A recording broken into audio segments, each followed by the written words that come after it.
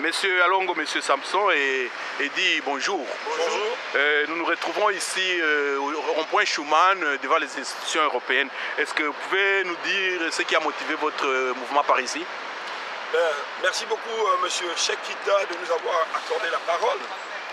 Ce qui a motivé notre descente ici à la plage Schuman, c'est que, précisément au numéro 6 de la plage Schuman, c'est que nous avons reçu une information comme quoi il s'y tenait une conférence sur les accords d'Addis Abeba.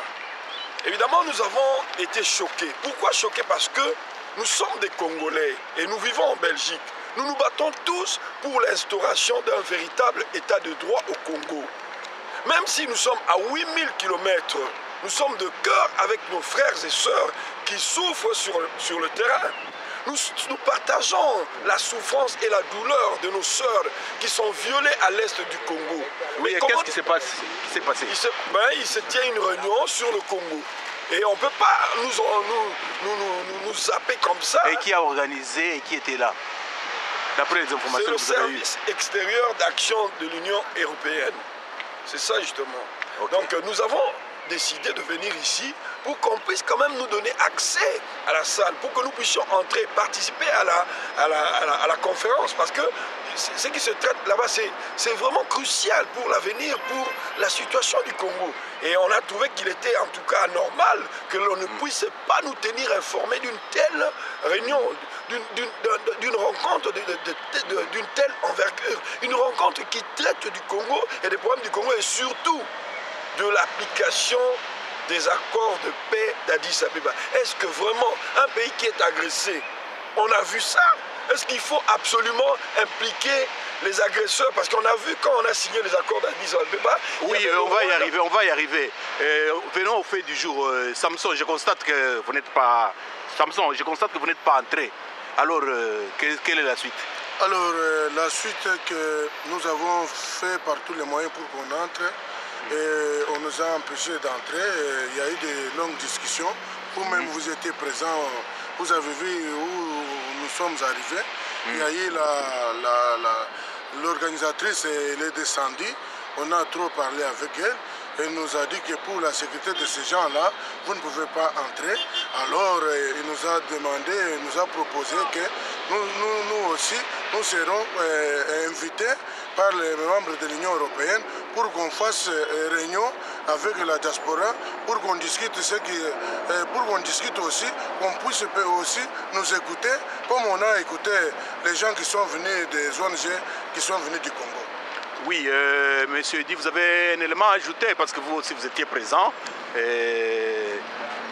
Qu'est-ce que vous avez retiré pour parler avec les organisateurs de cette rencontre? Non, mais ce que nous avons retiré de ce... En tout cas, ce que j'ai retenu de ces pourparlers, c'est que je ne comprends pas comment c'est que ici, l'Union européenne, les autorités européennes sont au courant des événements qui se passent ici en Belgique, de mouvements de contestation, de mouvements du peuple congolais et de la diaspora qui se levaient contre les événements chaotiques qui se passent au Congo. Alors, ils invitent des gens, des soi-disant organisations ONG du Congo ici, pour discuter de l'avenir du Congo, en particulier des accords d'Addis Abeba, sans contacter les mouvances congolaises ici en Belgique, qui eux aussi se battent pour le Congo. C'est vraiment malheureux, mais bon, nous sommes venus, nous avons fait nos revendications, nous avons plutôt été entendus par l'organisatrice de la rencontre, une certaine Anne. Cette dame, elle a été assez courtoise et polie, elle nous a écoutés, elle nous a promis de nous rappeler et éventuellement d'organiser une rencontre entre la diaspora congolaise et les autorités européennes.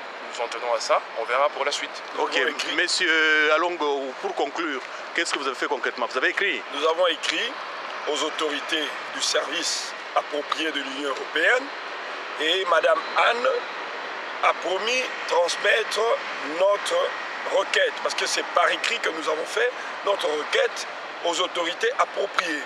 Mais qu'est-ce qui se passe? Qu'est-ce qui va se passer par la suite? C'est que les autorités, nous avons demandé aux autorités de nous donner la possibilité d'organiser aussi une conférence similaire à celle qui vient de se passer.